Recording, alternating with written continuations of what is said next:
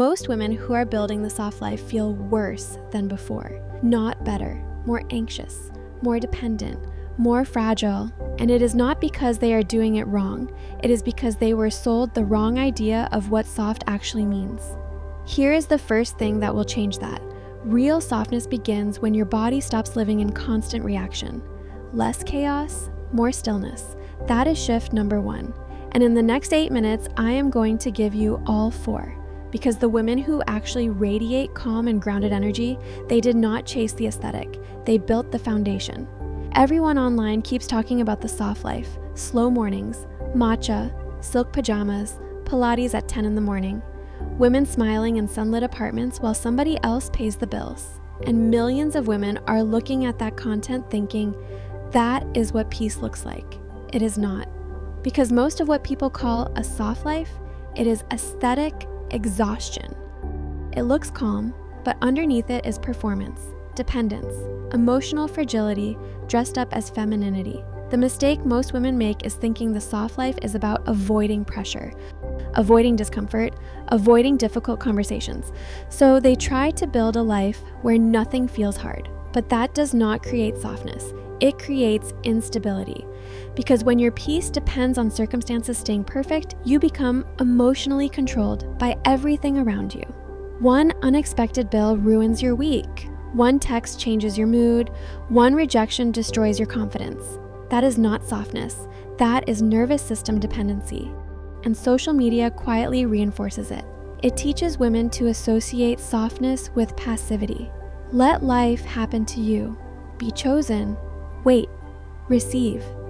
And the women who follow that advice, they end up more anxious than before, more dependent, more easily destabilized, because they built their peace on a foundation that was never theirs to control. Here is the reframe that changes everything.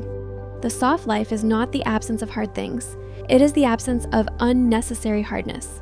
Let me say that again. Not the absence of hard things, the absence of unnecessary hardness. And more precisely, the soft life is not the absence of pressure. It is the absence of internal panic. That is the difference. A woman living a real soft life can handle difficult things without emotionally collapsing. She can say no without guilt, leave situations without drama, spend time alone without feeling abandoned. Because softness is not about escaping reality. It is about no longer being controlled by it. Real softness is the woman who has a hard conversation because she is no longer willing to carry that tension in her body for years. Real softness is doing the work, quietly, without performing it. And if you need proof this is not just a theory, look at the women who actually live it. Not influencers performing luxury online. Women with real presence. Monica Bellucci. There is softness there. But there is also gravity. Standards, restraint, self-possession. She never chased attention. She never performed warmth. And yet people cannot look away. Princess Diana. People remember her warmth. But what made that warmth powerful was emotional depth, not fragility. And she did it with grace. Because she had something stable inside her that external chaos could not reach. These women were not soft because they avoided difficulty. They were soft because they were grounded enough to meet it without losing themselves. The internet confuses femininity with helplessness. But the women who leave the deepest impression always combine two things: softness and stability, warmth and boundaries, grace and self-respect. That combination does not just change the way you feel. It changes the energy you walk into a room with. So what does a real soft life actually look like? It comes down to 4 shifts. Shift 1, regulate your nervous system. Most women are not tired, they are overstimulated. Too much scrolling, too much comparison, too much emotional noise. Softness begins when your body stops living in constant reaction. Less chaos, more stillness. Because peace is physiological before it becomes emotional. Shift 2, stop outsourcing your worth. A soft life becomes impossible when your self-esteem depends on attention, on texts, validation, being wanted. Real softness comes from internal safety, not external approval. Unlearning that is some of the most important work you will ever do. Because once you stop needing external proof of your value, your whole energy shifts. You become calmer, quieter, more grounded, and ironically, far more magnetic. Shift 3, build systems that protect your peace, clean finances, clear boundaries, consistent routines. None of that sounds glamorous, but it creates emotional spaciousness. And that is exactly what people mistake for soft feminine energy.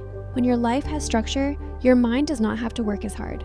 There is less chaos to manage, less uncertainty to carry, and that frees up energy, not for more productivity, for presence, for joy, for the kind of slow, intentional living that actually looks like what everyone is performing online. Shift 4. Become harder to emotionally disturb. The softest women are often the emotionally strongest women.